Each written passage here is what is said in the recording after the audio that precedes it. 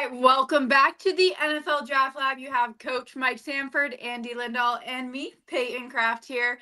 We're going to be talking a lot about just offensive weapons for the Broncos as we get closer to the draft. Few names kind of popping up as we get closer.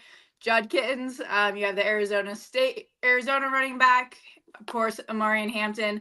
So a couple names we'll be throwing in here, but we all know CU buffs. We'll start a little bit with that. Mike, me and Andy were talking. How do you feel about Shedeur and Travis's number being retired? Wow, did that happen? Yeah, that was announced today. I've been a little busy. Happen Saturday.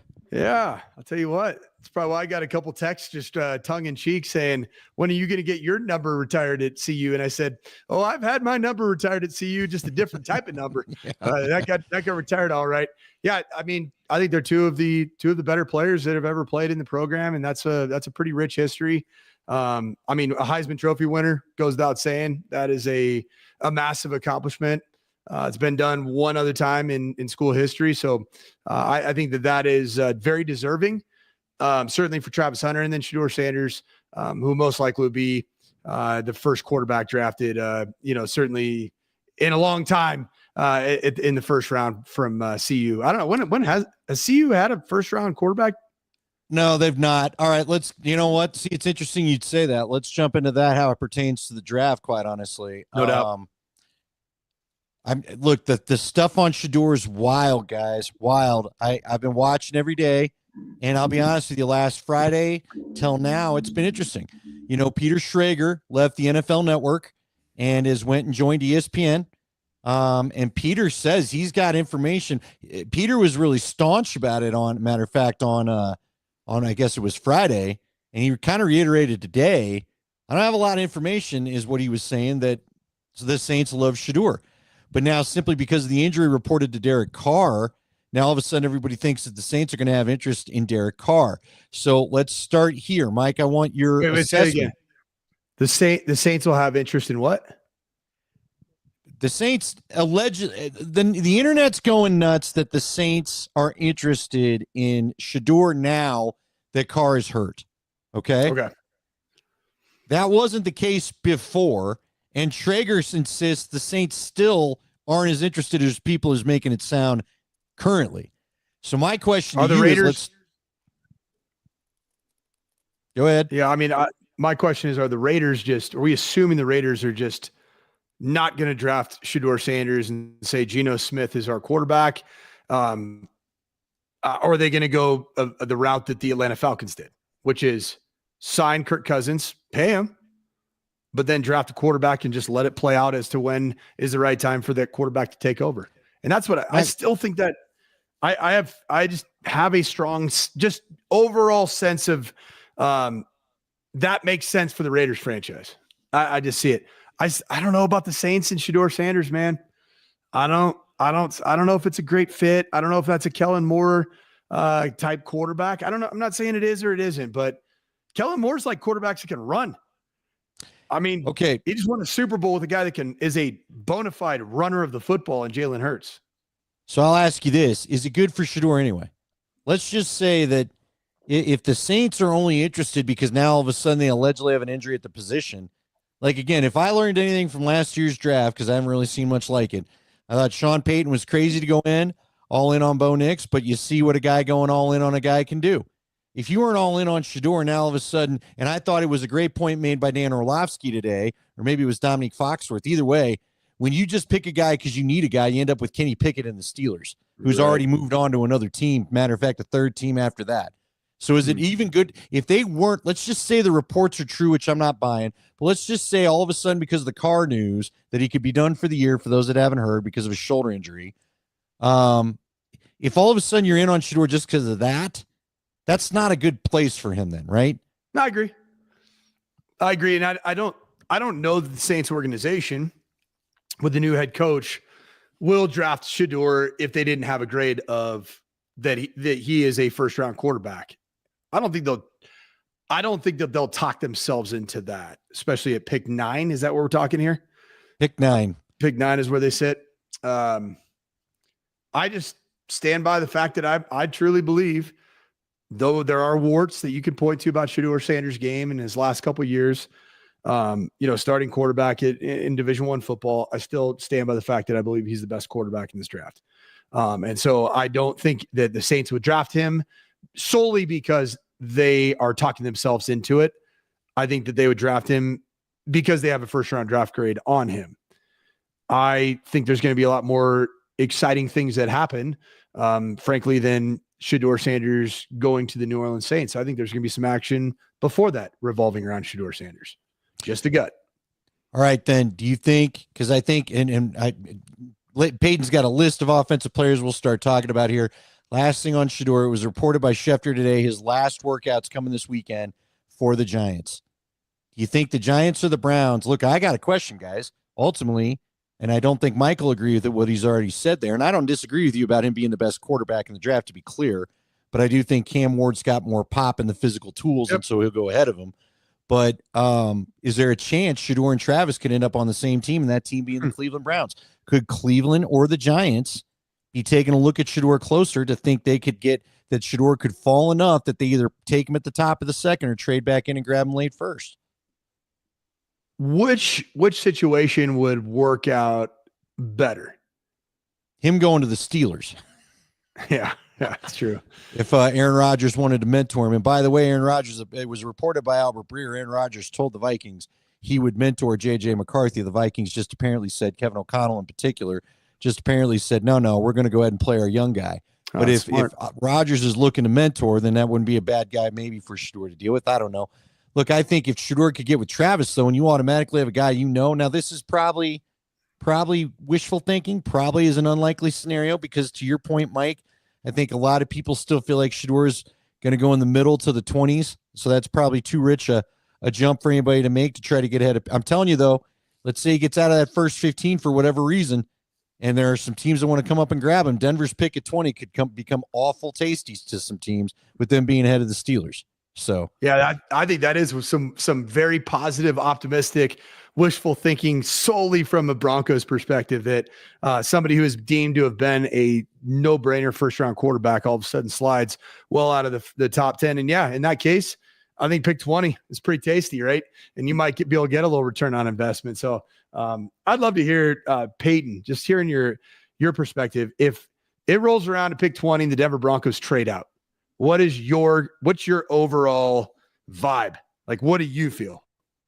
I feel like if they trade out of pick 20, it's because either Cam Ward or Shedeur did not go in that top 10, which is possible. I can see, frankly, I see Cam Ward going before Shedeur, but I can see Cam Ward going 10th and Shedeur sliding to that second round, top in the second round. That's when I do say you'd give up that 20th pick, whether that's going to that 30th pick or just trading completely out of the first round. I think for the Broncos, they can get some really good running backs, some wide receivers that I don't think are going to go in that first round that they could pick up in the second.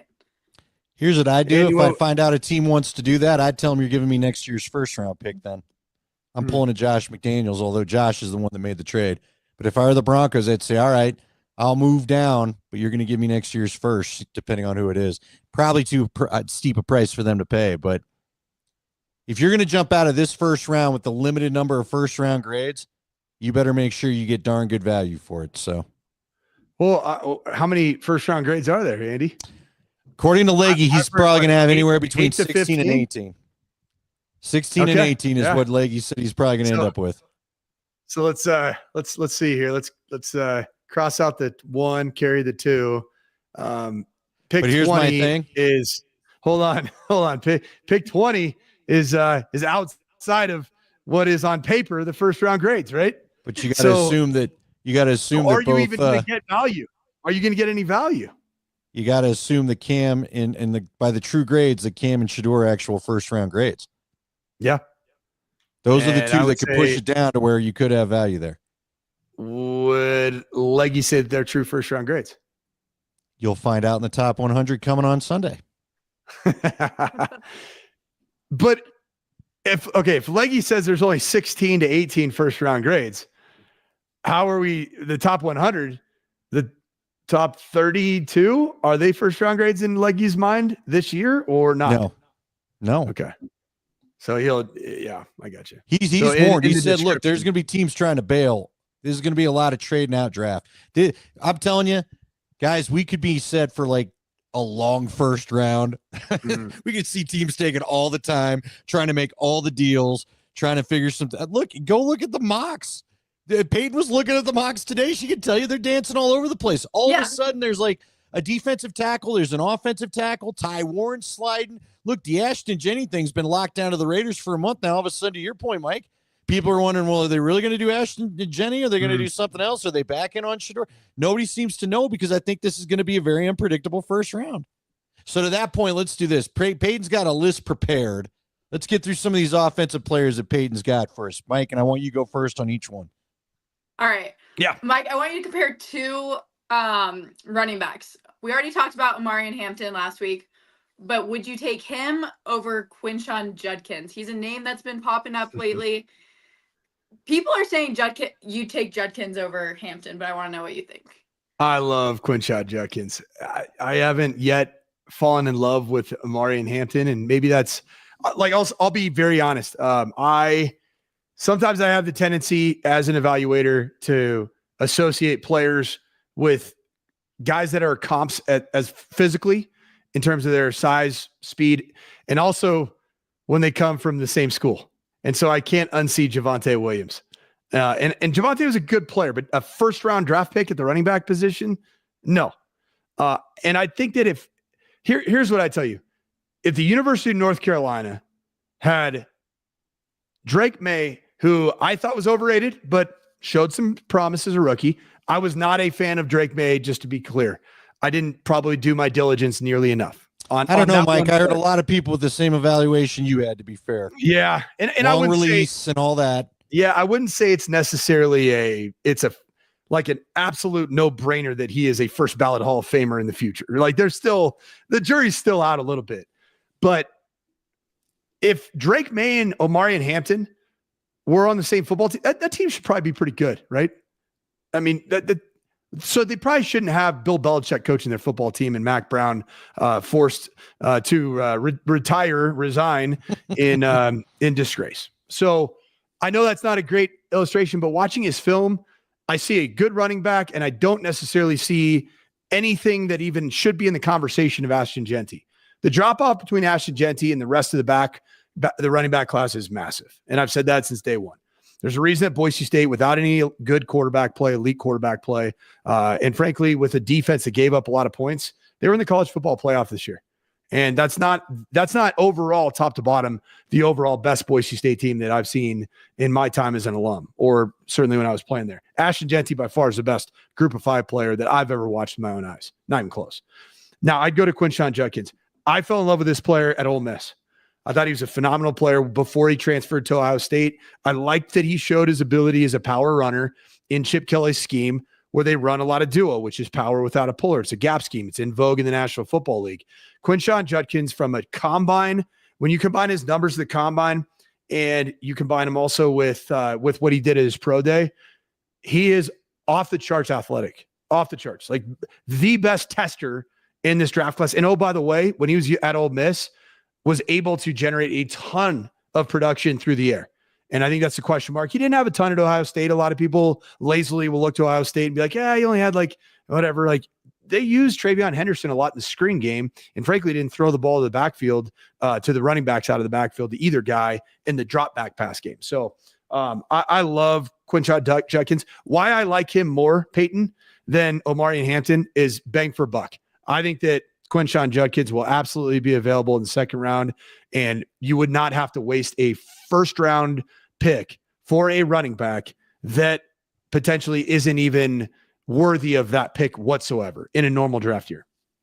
Okay, so you like him better than Travion Henderson? Because again, if you do, that's something else you and Leggy have in common. So yeah, take a deeper dive, and I think where Leggy and I are comparable in this.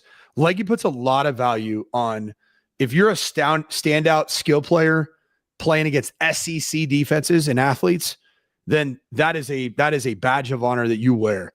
And that is what Quinshon Judkins was at Ole Miss. And he is, do you guys remember the price tag on Ohio State's roster? It was a lot. Yeah. Yeah, it was like, what was it, 35 million or I thought it was in the 20s. I thought it was Yeah. around the cap, but it was the most expensive college football team last year, right? correct. And Quinshon Judkins, by virtue of what he accomplished at Ole Miss and what he put on tape, he was one of those guys that commanded a pretty nice penny right there. Not quite Nico Iamaleava type money, but he definitely demanded that kind of coin. I'm all in. If Quinshon Judkins is, say the Broncos draft him anywhere in the second round, even if they move up, I'm like slam dunk, no brainer. But I just don't see either one of those guys being a hit at pick 20.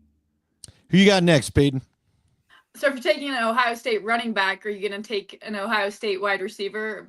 You have Egbuka. He's a great leader off the field, but he has great route running abilities, super physical. Are you taking then both Ohio State? I like him, Emeka Egbuka. Good player.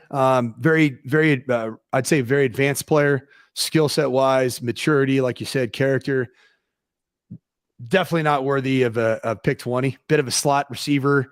I don't know that he has those like insane level of traits that think slot version, compact version of a Cortland Sutton. Meaning he does a lot of things really well, high level of maturity, high character, very smart football player. But is he ever going to be that guy that truly is a separator? I don't know that he'll necessarily be that guy. I'd be great with the Emeka Egbuka with the Broncos picking in the latter part of the second round. I know I just said that about Quinshon Judkins, but in terms of that type of grade, I don't think he's worthy of pick 20, but I think he would be worthy of, would that be pick 52? All right. What if you were to do the trade out? What if you were to do the trade down into the second round? Start of the second round, you grab your guy Judkins with your own pick. You grab Egbuka. Would that be all right? Very happy. Okay. Yeah, very happy. See, I think it's interesting because I'm trying to get to know these receivers, and we'll talk about Luther Burden the third as well at some point here. But Egbuka, so he's not a bigger guy because at one point Egbuka was like the guy. Then they got to the combine, then his grade dropped. What happened? A little bit smaller, a little bit on the smaller side, and a lot of his production did come from the slot, which is it's not a crazy knock. Like anybody who's listening right now, and you're like, well, I mean, slot receivers have a lot of production. You're right, but yeah, I just. 22 years old as well. At the combine at Emeka Egbuka, this was a player that was 6'1", 202. So I'm curious because Peyton brought up the school before we get to the next on our list. Is there a school for receivers? You know what I mean? Like Penn State linebackers, usually you do pretty good with that. Schools are known for stuff. I'll take, frankly, a lot of Big Ten offensive linemen I tend to kind of like as well, right? Or SEC or whatever. For sure. Where do you like your receivers from, Mike? LSU. All right. Yeah, LSU, man, from the boot, baby. Although this is a bad time to bring that up. No, I know, but you look over the weekend, but yeah, unfortunately. But you're right. That's the school you look to. Yeah, I mean, I'd say just traditionally and historically, you look at the two of the three best receivers in the National Football League were on the same team with Joe Burrow as their quarterback in 2019 at LSU, and Justin Jefferson and Jamar Chase. Absolute units of wide receivers. Who you got T. next, Higgins is Clemson, right? Yeah. T. Higgins was Clemson. Mm-hmm. And I really liked who was our little Renfro. I don't know. He just disappeared. Renfro and T. Higgins is a pretty sweet little Clemson 1-2 punch there. Renfro's looking to get back in allegedly. Who Renfro? I'd love it. Hunter Renfro was. I guess he was talking to the Raiders and. Don't sleep on him at an NFL minimum at the Denver Broncos. That'd be kind of salty. By the way, wasn't there a Tennessee T. Higgins? Didn't he follow Peyton? Yeah. T. Martin. T. Martin. Okay. Yeah. There you go. All right. Yeah. 2 T's, wrong last name. For all right, sure. Peyton, who we got next? So if you're not taking wide receiver, running back, I mean, you take Ashton Genty in the first round. Are you leaning towards potentially taking a tight end? You have Colston Loveland from Michigan, Tyler Warren, Penn State, or are these kind of just names you're like, I'd rather trade out to the second? Oh, Tyler Warren, man. I mean, I think if Tyler Warren's anywhere available after pick 10, I think you move mountains. I know it sounds stupid. It's a tight end, but the guy does so many different things. He is, once again, I think there's unicorn players in this draft. Travis Hunter, unicorn player. I think at both wide receiver, and I think he's a unicorn at DB, and the fact that he can do both. insane levels of unicorn. I think that Ashton Jeanty, unicorn running back, only 3 years and really only one full year as a bell cow sole starting running back. So there's tread on them tires that I like. And then I think that Tyler Warren's the unicorn. Colston Loveland's a really good prospect. I was high on him. He's from the great state of Idaho, Fruitland, Idaho, out east a little bit from Boise. But I got a little bit, I almost can't unsee and fix my negativity that I had towards him, seeing him at the podium at the combine, just because got the big sling on there. We've all been through it with tight ends. That's a shoulder position. Tight ends, a lot of times when they do have shoulder surgery history, which is what Colston Loveland had, a lot of times it unfortunately re-enters into the fray at some point in their career. We've seen that here in Denver with some of the tight ends that have been drafted. So I wouldn't be upset if Colston Loveland's picked 20. I think he's worthy of pick 20, but I think the Broncos will have way more information than any of us that are speaking into a microphone with regards to what the injury history really is for him. Yeah, I don't know. I don't know why. I think I told you guys last week. I know I've said it on the air. I just get those Noah Fant vibes, maybe because it's the same pick. It's the second tight end of the class. And, just now Ty Warren is interesting. You bring up Tyler Warren. He's another one like Ashton Jeanty and Tyler Warren were 3 weeks ago. They were both going in the top 5 all of a sudden. Some people were talking about that your boy Jeanty may even go even higher, like to the Patriots or something, to the Giants. And now it feels like they're cooling on that again. This has been a wild mock season, I will say, for drafts. Ty Warren was going to the Jets, dead on, dead set. Now they've got them taking a tackle or a possible pass rusher. So I am curious because you just said right there, Mike, you would trade up for him. Well, let's say he gets to 12, 11, 12, but you've got to give up the second rounder. Are you willing to do that? Oh man, I would do that for Tyler Warren or Ashton Jeanty, but I don't believe either one of those players will be there. Right now, when you look at the mock draft, NFL mock draft database.com, Tyler Warren, if you combine all the mocks recently, it has him as a number 9, just average pick. And the projection right now, though, overall, most frequent projection is pick 14 to the Indianapolis Colts, which I also think would be wild for a team that has so many needs. I think a tight end is for a franchise that has some things figured out. And I think the Broncos are in that position. Ashton Jeanty right now, it has him as the 7th, consistently 7 pick, but going number 6 to the Raiders. And then, when you look at this, it's interesting. All the talk about Shedeur Sanders potentially falling out of the first round. Right now, it's Cam Ward 1, Abdul Carter 2, Travis Hunter 3, Shedeur Sanders 4, and Mason Graham 5 with regards to average slotted in all the different mocks. All right. By the way, yes, Angelo, we are live. Another quick note, Colston Loveland has been mocked a ton to Indianapolis and those that have Ty Warren going in the top 10 to the Jets. So a lot of people seem to think they're going to be hell-bent on that. Hold on. I want you to answer this question now, Mike. Oh, I'm sorry, buddy. What do you keep? What are we doing here? You know what? I'll drive the car, Mike. You keep your hands off the window, unless you do see a comment I haven't put up there yet. No soup for you. Torrey Horton and Savion Williams. What do you think of those two? Give me a little information on Savion Williams. I'm trying to do a little. I mean, Torrey Horton, you get him. I think if you get him in the 4th round, steal of all steals. Oh yeah, Savion Williams, the big cat from TCU, is an interesting prospect. Had played some running back. He's a 6'4", 222 pound running back / wide receiver. Good, better, and different. My comp for him in the National Football League is none other than, drumroll please, Lil Jordan Humphrey, a guy that played high school running back, was recruited as a running back to the University of Texas. I think that Savion would be, if you're looking for the guy that can do chip protection as a kind of a big wide receiver in the slot, chip the defensive end and release to the flat, I think you got your guy in Savion Williams. But if you want your wide receiver spots on this roster to be guys that can truly change games, I think that you go with somebody that Torrey Horton's a guy that, like, what he did at his pro day or at the combine, 4.47, 6'2", 6'3". He's a 6'3" guy. I think the upside on Torrey Horton's incredible. Had a chance to interview him at Mountain West Media Day. You talk about an impressive young man. A lot of CU fans didn't like some of the comments that were made. Hell, it's a rivalry, guys. That's what you do. You talk a little mess. But I think that he's a big time player. See, Peyton, I've got 1,000. Savion, Peyton, Torrey. Peyton, what do you got next? So you said Colston Loveland, you'd be fine with the 20th pick. Obviously, you're wanting Tyler Warren. What about Gunnar Helm, Texas tight end? He's kind of one you hear about a little bit. Great player, strong blocking, receiving skills. Is that a second round pick, or would that one be okay also in the kind of top 20? I like Gunnar Helm.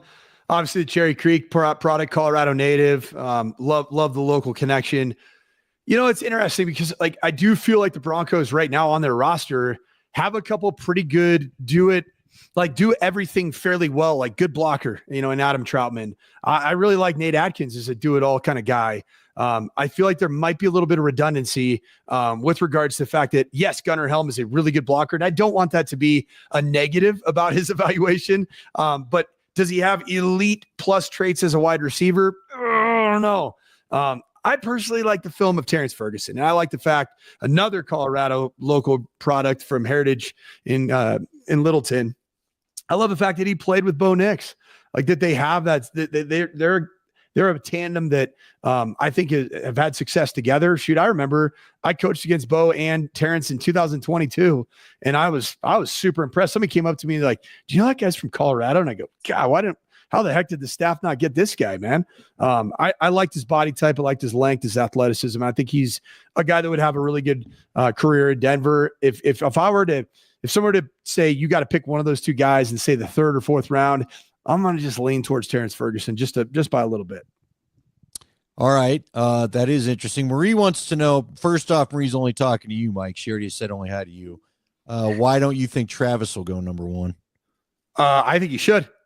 I do. Yeah, the vibe isn't there, though. Everyone seems to think Cam Ward is done. Yeah, I mean, there's at times you find yourselves in a spot like our guy Brian Callahan is at the Tennessee Titans, where it's quarterback. And yes, there are times where that's the case. I just think that Travis Hunter is going to hit as a prospect. No questions asked. No doubt about it. He's also going to be the face of a franchise. He's going to galvanize a franchise.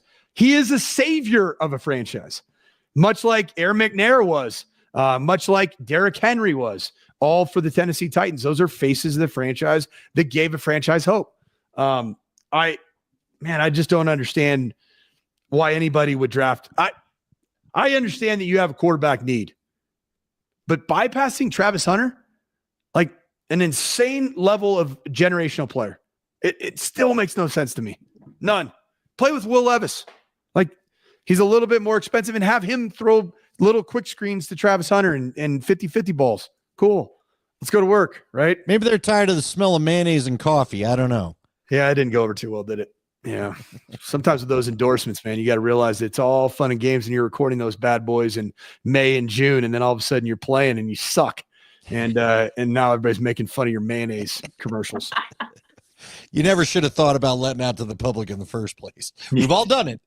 But that should have been when you should have thought a little bit harder. Do I really want to tell everybody to put mayonnaise in my coffee? Because that's not cool. Who you got next, Peyton?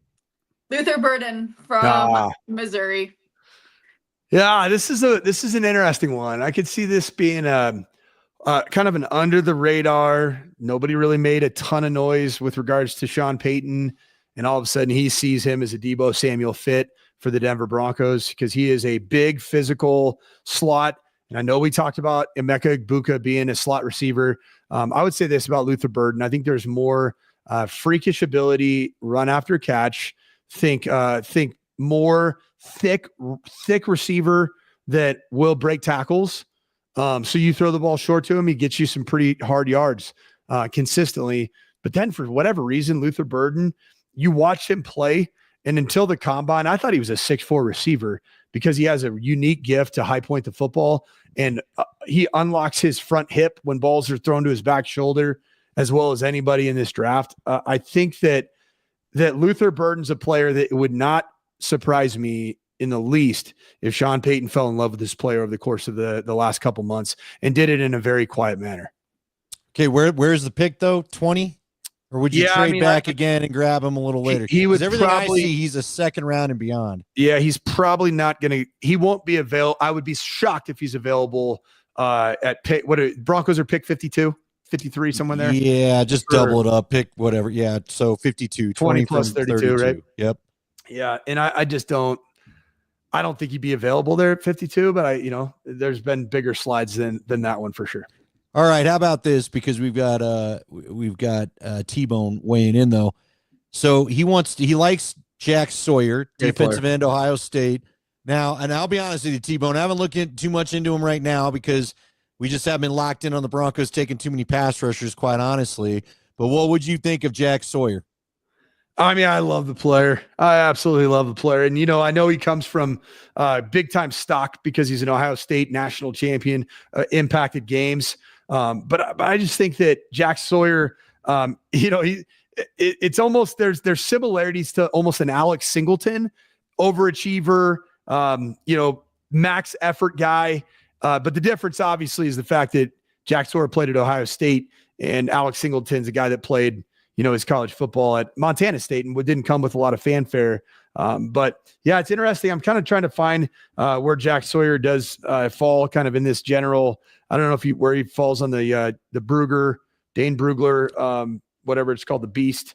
Well, 6'4", 260. Is he an outside guy though? Is he a stand-up backer in a 3-4? Or is he what do you do with him in a 3-4 versus a 4-3? Generally speaking, he'd be that rush position in a 3-4. So think Nick Benito, right? A different type of player. So I'd say more Jonathan Cooper. So right now he is overall ranked as the 59th prospect in this draft class, projected to go at the back half of the second round. I just don't know if the Broncos have tremendous need. I know he weighs less, but a similar type player in the fact that he can move around, be an outside rush guy as an edge, but also think Zach Allen a little bit, just kind of big, thick, physical dude that can play a multitude of positions and you can line him up creatively in a lot of spots. We got some people, TJ Tuamawalo. Say that 1,000 times fast. I'm sure that's even better. Colorado feels like he's the better one. Maybe. Say that again. Apparently, we got some Ohio State watchers of football. Well, we do. Well, I mean, how can you not? They're on all the time. Lancaster. We did talk about Warren, Matt. So that is one we covered. Who we got next there, Peyton? Let's see. Travion Henderson, Ohio State. Kind of talked about that. Out of all the running backs, is Travion Henderson above Judkins for you, or is Judkins his top? Yeah,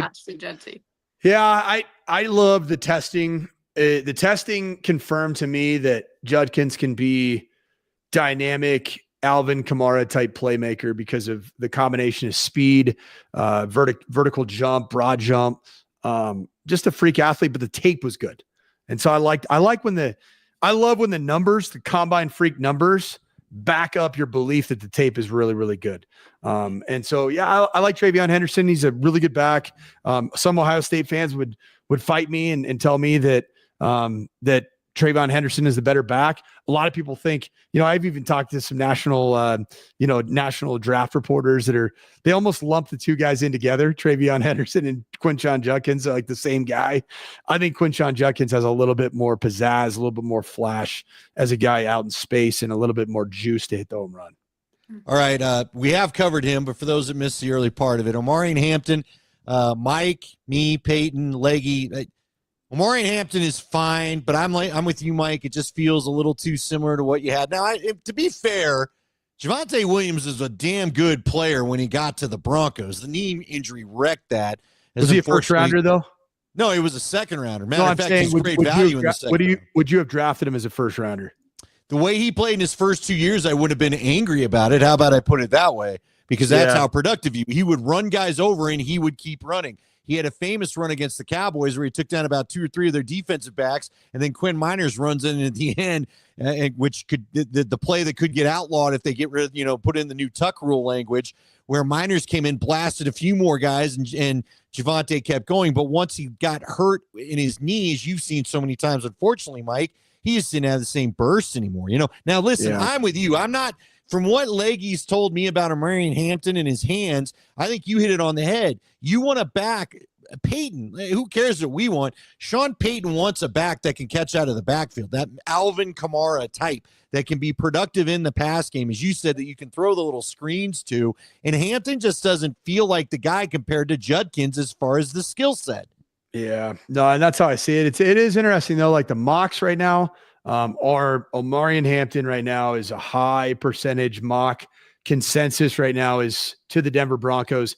Right now he is consistently first round is 30.6% of all the mocks. So I do think he's right on the fringe. I think he's about I think he's an early, personally, I see him as an early second, maybe mid second, but I've seen him mocked as high as number 12 to the Dallas Cowboys by Pro Football Network and Jacob Infante.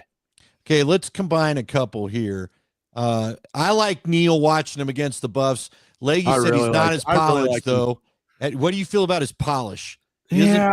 I don't know, man. I mean, is he going to be a good pass blocker? You know what I mean? Yeah, I think he's a really good back. He's really instinctive runner. He's tough. I think he's the kind of guy that will be available fourth, fifth round, I would say. That's the kind of player he is. He's not going to be a second rounder. He's not going to be a third rounder. He might slide as far down as the sixth. And if you get a player like that in the sixth, if you're the Denver Broncos, even if he's the second back you take, I think that's a huge win because I think he's so damn tough, man. And he's just a really, really good natural runner of the football. What about DJ Giddens there from K-State? I like him too, man. He's a little bit of that throwback. When you watch him in person, I don't know. Hey, Peyton, were you at the K-State game against CU? Yeah. Yes. Was that at CU? Yeah. Yeah, this year. So it's the one. It was that wild game where Shedeur loved to come back, and then Dylan Edwards back. Peyton and I were there so late. Yeah.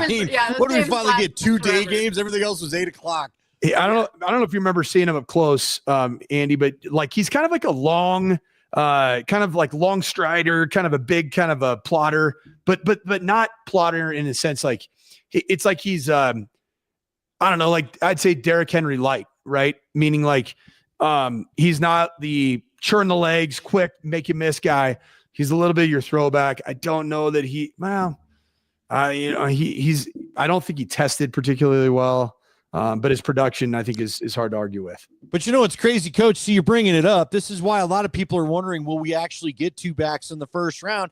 We've mentioned 5 or 6 guys. You love them all. That tells you how I do deep like a lot the of these class backs. is. I like there. I'll just say this: at every level of college that I coached at, I would have loved to have had about 7 or 8 backs in this draft class, which tells you a little something, right? Yeah, and well, it also says that's why maybe. I'll tell you what, DJ Giddens, man, at the combine, he ran a 4.43, 39.5-inch vert, 4.33 shuttle. So yeah, he's got some freak to him, man. That's well, again, so you don't have to reach if you know what I mean. You don't necessarily have to get a guy in the first round. There's going to be plenty of value there, right? Peyton, who you got next? We pretty much talked about the top ones. Kind of, who is your 5th round? Who's a running back that you're just like will be available that you think could be a pretty good offensive weapon for the Broncos? Cam Scatterbo. Yeah.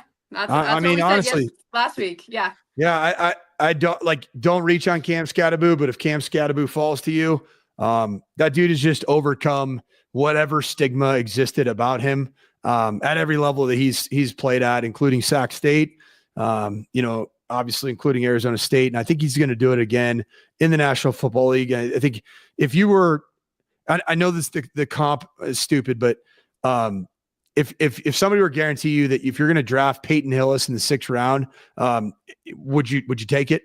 I think that Cam Scatterbo is going to have at least a Peyton Hillis moment in terms of a guy that a lot of people counted out. So are you taking Cam, if DJ Giddens and then Cam Scatterbo are both left, are you still going, are you going to go K-State? God, it's tough. What round we talking? Where's the value for these two? What round is the value in this in, would you say, Mike? 3rd, 4th? I think that DJ Giddens will be off. I think he'll be off he won't be available after the 4th. And I think there's a good chance that Scatterbo will be available in the 5th. Interesting. All right. But going back to Sawyer from Ohio State, you worried about a pass rusher with only 31 and 3/4 length arms, or is that like the hand measurements we get too fired up about? No. Although I do remember Elvis Dumerville having ridiculously long go-go gadget arms, and it always helped. No, Andy, there's no doubt. There's something to be said for. Sorry, my battery's about to run out. I didn't do a good job charging it. But yeah, there's something to be said for. I mean, length is the Broncos have become a very, very long, athletic football team in short order, and I think you can thank. Hopefully, I didn't unplug anything there, but Nick Bonito, Zach Allen, Jonathan Cooper, they got dudes with length, but when you already have those types of players, if you're going to get a value pick for a guy like Jack Sawyer late in the draft, I wouldn't get too caught up on the arm length there. All right. I'll tell you what, we've gone a little bit longer tonight, which there's nothing wrong with that. How about we're going to talk, by the way, everybody watching, we appreciate you. We'll be back at 9:00 to do more defensive players next week, which could sneakily be their first round pick. They've been visited with a lot of safeties, and so I'm not saying it would be, but it feels like this team, according to Mike Kliss, keeps visiting with a lot of safeties, which may tell you they're not done at that position. Before we get off here, Mike, anybody else at receiver that grabs your ear? Peyton, is there any one last name you want to throw at him? Last name, Mason Taylor. Talked about LSU a little bit. Tight ends. What do you think about You're him? good, You're good. Hey, am I talking myself into this? Are there 3 tight ends that are from the state of Colorado that are in this draft? Or is it just 2?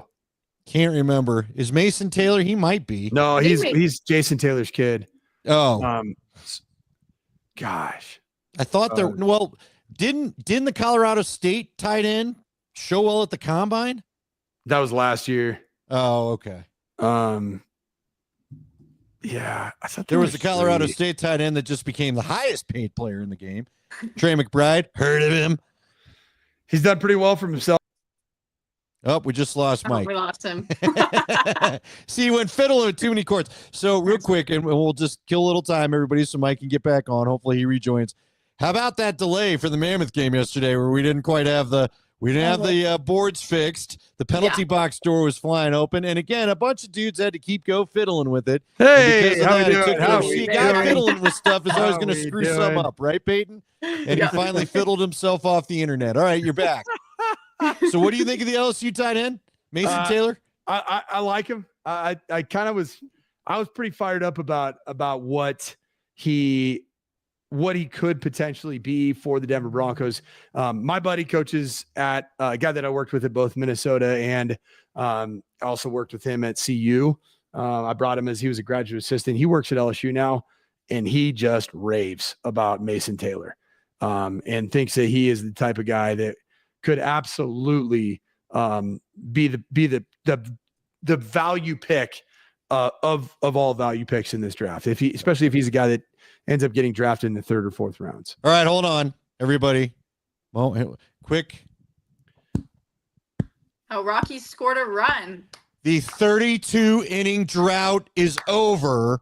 The Colorado Rockies have plated a run with 2 outs in the top of the 6th. They still trail the Dodgers 4-1, but there's a duck on the pond at second there that maybe they'll make it 2. Woo! Our national nightmare is over. All right. Any last names you want to get in on the offensive side of the ball before we say goodnight? No, not for me. I think kind of hit I need that. Harold Fannin Jr., tight end, run after catch.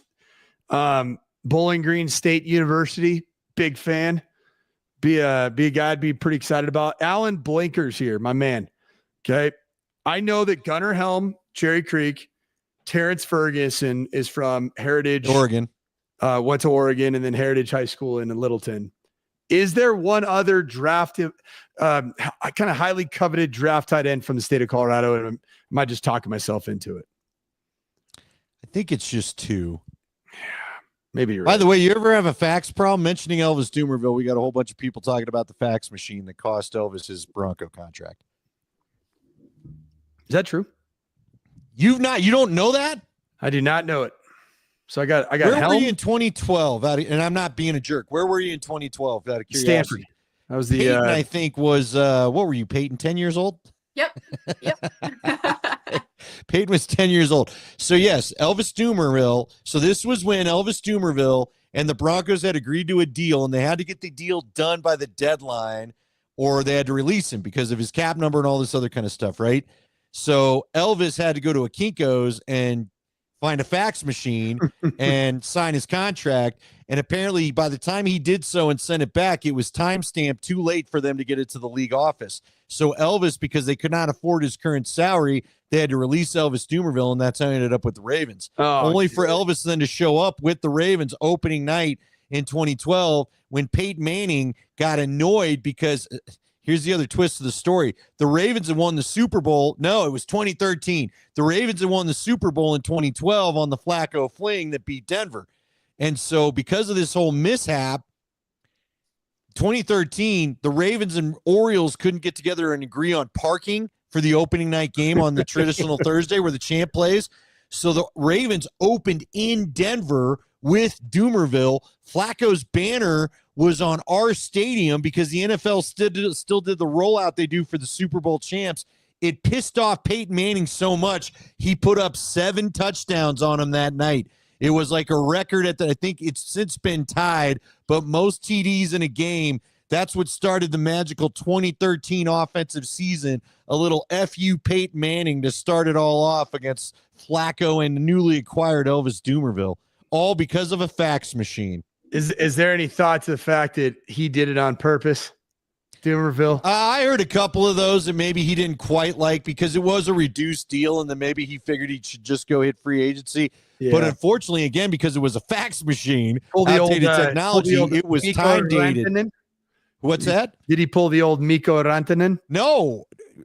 He I legit believe that in Miami he couldn't find a Kinko's on South Beach. South Beach is known for a lot of things, but handling business through a Kinko's probably in one of them. So did Elvis Dumervil kind of flame out a little bit after that?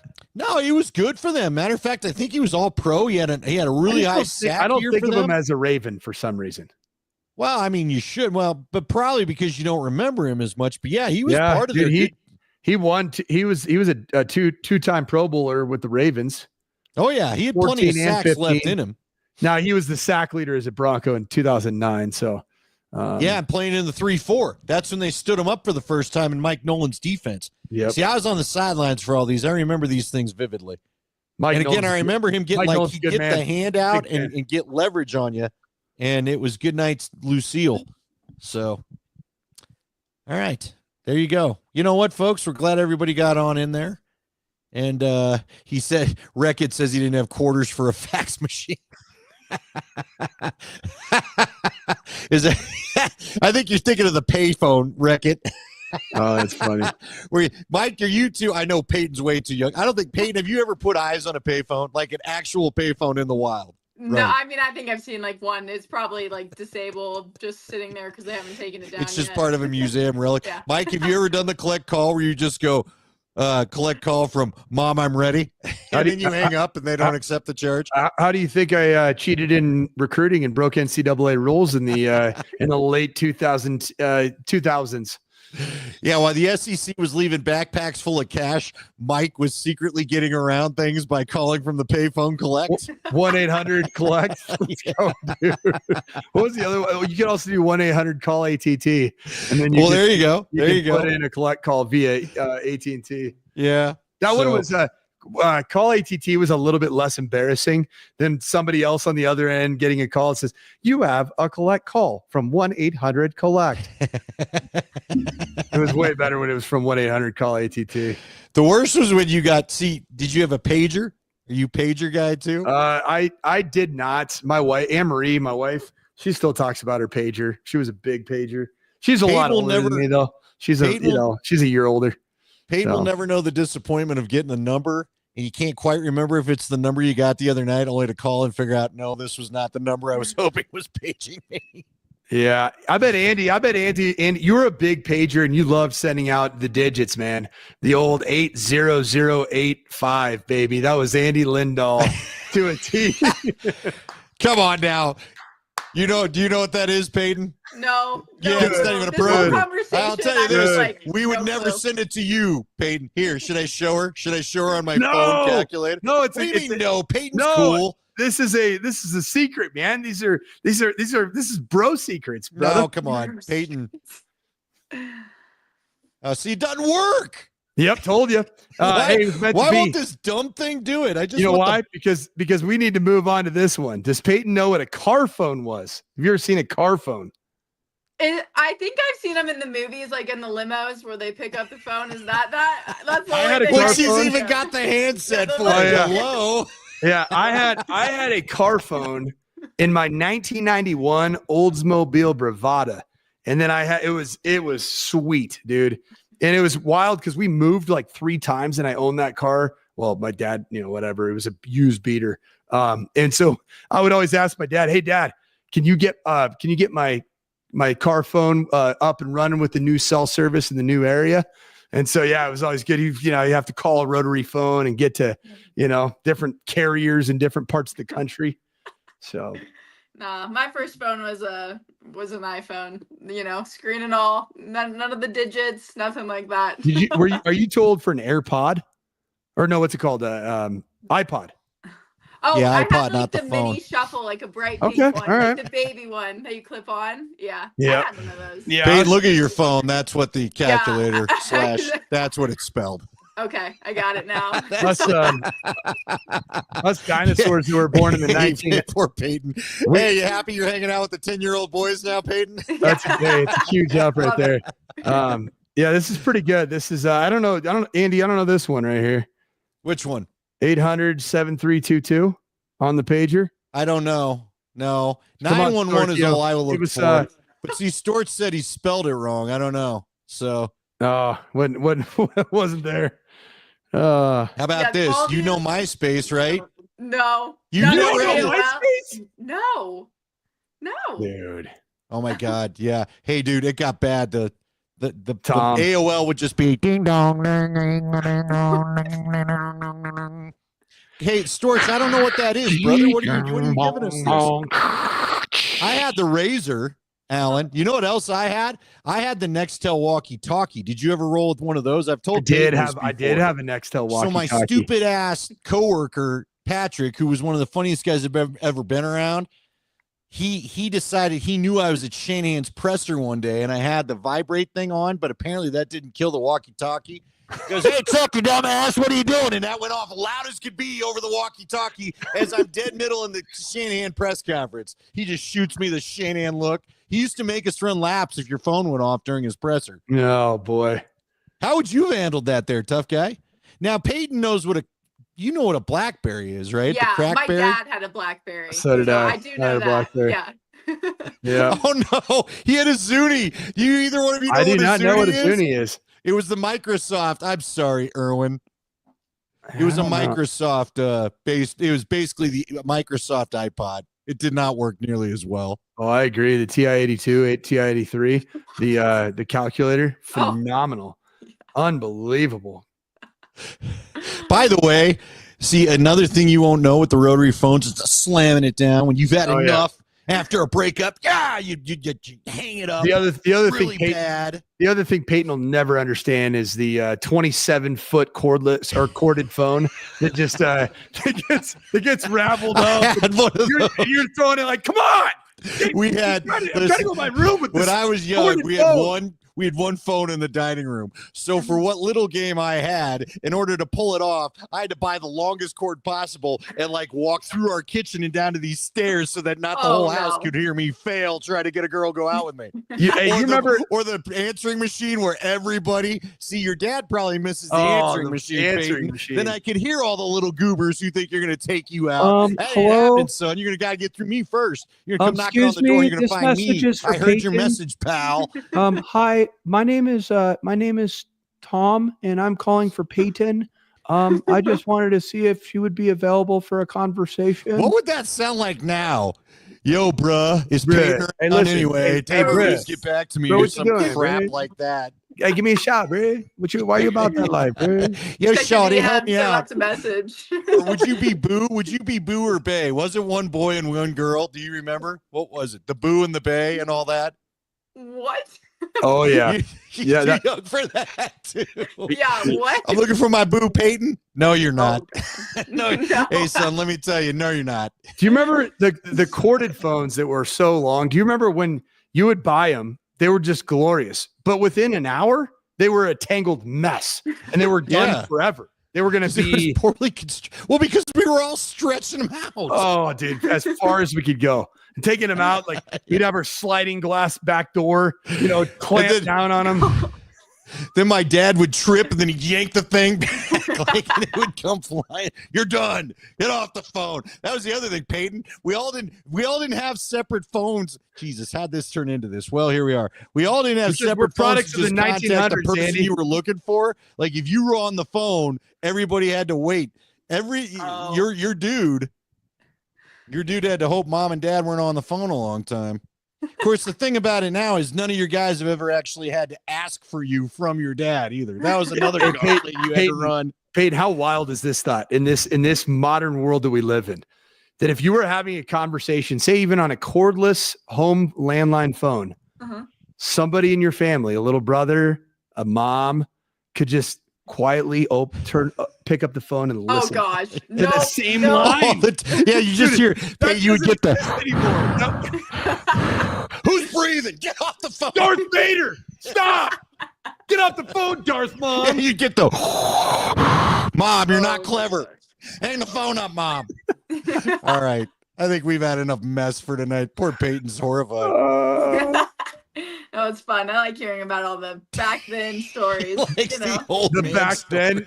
Yeah. Back This is only like 10 years Back ago. then This was is not that 15 back years ago, then. Dark Peyton. ages. Come on, man. This is not that back then. This You know what is I've all learned? prior to 2010, Peyton. You know what I've learned about nostalgia, man? Is those that weren't a part of it, they really aren't that interested in hearing about it, man. Oh, I don't know. We got But, quite hey, a the few rest of people us loading up. 1900th Yeah. century individuals, man, we are all in on this conversation. Yeah, I know. Well, they remember. That's why. And by the way, I got my draft info, the damn paper. That was it. So I agree with Erwin. This is how I spent the majority of my youth right here, smoking Lucky Cigs and worked 90-hour work weeks in the mills. in the I was mills. a paper Oh, mill. God. No, it's the parents. Oh, I walked in 5 feet of snow to get to school. Like, you could go to work. I'm like, no, every parent has that line. No. Oh, I've walked Wow. in snow, Peyton. I don't think you know. No, see, exactly. Hey, you know what, You're your though? dad, and you'd say, oh, you could, go for it. I dad Peyton all the time. You kidding me? All right. This is right. If you were on the phone, you couldn't use the internet. It was one or the other. Yeah, you'd pick it up to make a phone call and you'd hear, "Brung, But dong." then you'd hang it up and it'd blow your connection. Oh, gosh. Oh, and then I'd always do that to Horrible piss time. off my sister. I'd dial. I'd like start banging on the keypad, and like while it's calling into AOL, I'm hitting 735-729. Thank gosh I was born when I was born. I don't know if I'd like that. I don't know, Peyton. She killed me one time. Peyton was so dedicated to the work, she was going to come to a Mammoth game and shadow us. And I was like, "Hey, Peyton, go out with your friends. It's Christmas." Oh my Oh, we don't hang gosh. out. They don't go to Chili's. They don't talk to each other. We got to Snapchat each other. Yeah, That I sucks, Snapchat Peyton. them. You better change that crap. Go to a restaurant, sit with your friends, order coffee all night. Give me all the Napster in the world. Napster sucked. That was terrible. Well, yeah, look, I got Andy, this because great some of the stuff song. that you downloaded ruined all of your electronic No, devices. it sounded like it was underwater. You get the song back, and it sounds like they were playing in the ocean. How about LimeWire? You get a little That sucked LimeWire? just as bad too. They all suck. They're not clear like now. You know what I do have? Oh gosh. Oh, no. Because I'm in my man cave. I'm back to the vinyl. I'm vinyl guy now. Oh, All I need is a man bun. Let's see. Now we're all showing. This is officially off the Show and rails. tell. We're Hold gonna on, get let me just, the YouTube. We're gonna get canceled man. burning CDs. See, Let me that's the just thing. Nate. double Peyton, no check one's ever here. burned you a Oh, CD. hey, what's up, Ooh. Crossley? What's Perfect. up, buddy? How are you there, sweet friend? That's kind of a tiny circle there. Hey, just take it easy, man. It's compact. Can we, Come back. hey, can we get to the Rocky Mountain Men's Clinic and get you a bigger record player? I mean, can we do a little of that? Help you out? Look at it. Tell you what, man, the Rocky Mountain men's clinics, it's working wonders. They are getting their money's worth. I'll tell All you right, what. I swear to God, we're gonna Even come back delivering of next the week. record players. Hey, how many CDs you burned your wife, by the way? Perfect. Oh, mix dude, we CD. still have, bro. We still have them. Still have them. Peyton. That's how we tell you we love you. Oh yeah. See, I can't tell you. I got to let the song tell you what I can. Oh, man. okay. See, Lot it's someone's dropped Depeche Mode's "Somebody." You haven't lived. Yeah. You haven't, or Yeah, wish you for were me- here. For me, at least with my current wife, we went with I gave her some Dashboard Confessional, There it some is. Juliana Emo. Theory. Yeah, yeah. There it is. You know, a little bit more of that vintage. Okay. All right. Yes. Next week we're going to be hanging out and talking defensive players, and then we're going to have to do a wrap, man. This is crazy. So we're going to have to come up with another reason, I guess, to get on here, other than What day's the draft? old phones. The draft's a week from Thursday, bro. What do you mean? Holy cow. What? I feel like we've been waiting for it forever. The draft takes forever to get here now. Are you kidding me? Yeah, but dude, Yeah, like back do you in the day realize when we just read about it in the paper, it happened quicker.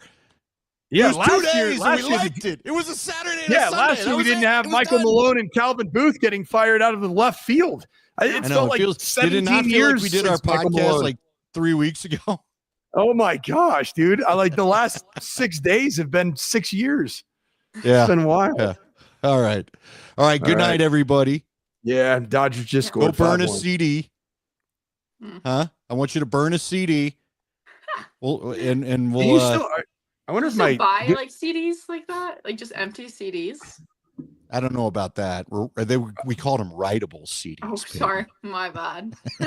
yeah, I don't know. I'm looking. My Does laptop your computer doesn't even have a CD burner anymore? I don't think so. My computer man, doesn't it even have a have hard place drive. for compact discs. What are we doing? Mm-mm. Although you know what I do have over here? I've got a 100 disc CD player. It was called the Digital Jukebox. 100 CDs. You guys come on over. Those We'll things- just spin it Those for things were days. drizzling craps. Hey, those guess things who I suck. got it from? It's D-Max. D-Max, like, I don't want it anymore. It was like, well, I won't turn down the artifact. How I'll long take ago? it. How I long don't ago know, did you give 5, that to 6 you? years ago? Something Oh like my that. Maybe God. 10 now. So it was like, was that back when you guys were at the same station working together? And then, This Two- is the first time we've been together. oh, I didn't know that. I didn't Yeah, know he was that. at the Fan. I was at KOA. But you I had guys the were in a night show. band together for a second, weren't you? Yeah, maybe coming back. Our bass player's moving back to town. Big things could Oh, be let's happening. go, We're gonna man. get Mike Peyton- to play the triangle. Peyton could be the Band-Aid, man. Let's go. Peyton will be our hype woman. Yeah, Yep. I'll do You'd be that. I have no All right. musical talent. We are literally getting off this time. Well, neither do we. So you'll fit right in, Peyton. And anybody we play pretty who's simple been on songs and hope you've had a couple beers before you get to hear us. So anybody who's been on for 1 hour, 2 minutes, and 52 seconds, God bless God you. bless you. All of you. You're a soldier.